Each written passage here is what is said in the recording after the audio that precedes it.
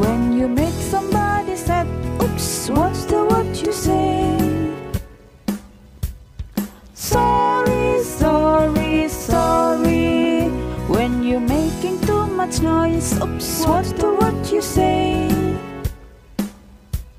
Excuse me, excuse me, excuse me. Sorry, excuse me, sorry, excuse me. These are the nice words you can say. Sorry, excuse me, to help make things okay. When you spill and make a mess, oops, what's the word you say? Sorry, sorry, sorry. When you bump into a friend, oops, what's the word you say?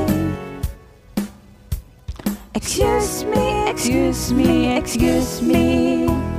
Sorry, excuse me, sorry, excuse me. These are the nice words you can say. Sorry, excuse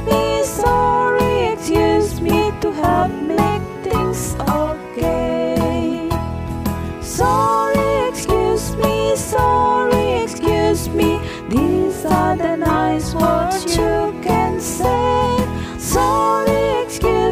Sorry, excuse me, to help make things okay. Halo anak-anak, ketemu lagi kita. Kita masih akan melanjutkan pelajaran minggu yang lalu. Tapi anak-anak masih ingat nggak ya?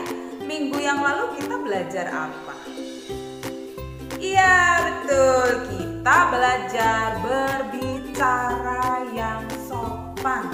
Apa ya berbicara yang sopan itu? Kita belajar 4 cara berbicara yang sopan. Coba masih ingat nggak ya? Yang pertama,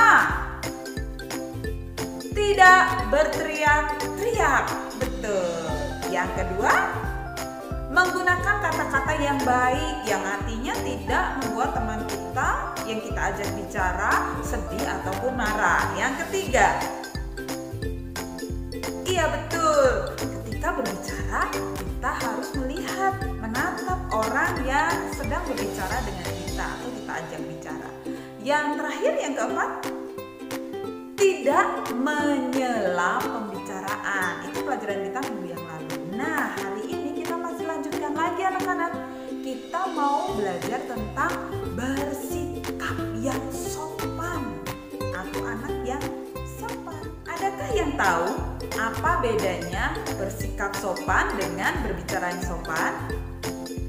Ya, sebenarnya berbicara yang sopan itu adalah bagian dari sikap sopan kita. Tapi sikap sopan lebih banyak lagi, tidak hanya saat berbicara, ya.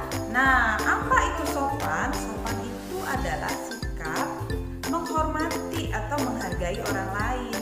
Nah, ada banyak contoh sikap sopan yang bisa kita lakukan. Tapi hari ini kita hanya akan belajar 4 contoh sikap sopan. Apa saja contoh itu? Mari kita lihat.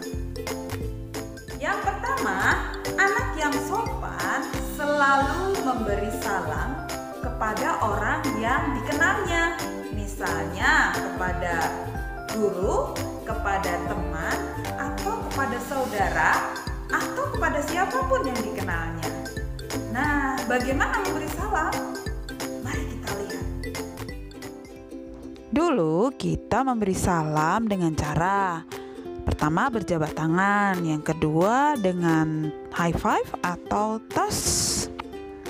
Tetapi sekarang itu tidak diperbolehkan lagi. Jadi kita bisa memberi salam hanya cukup dengan melambaikan tangan saja.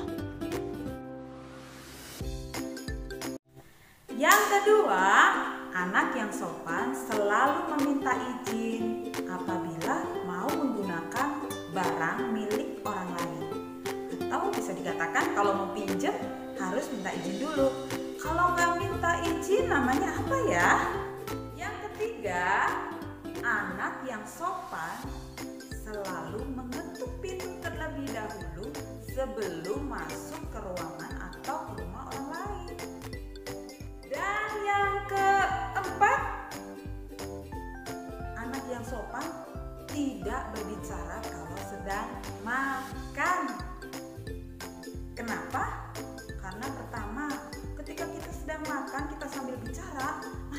bisa kemana-mana, ya kan?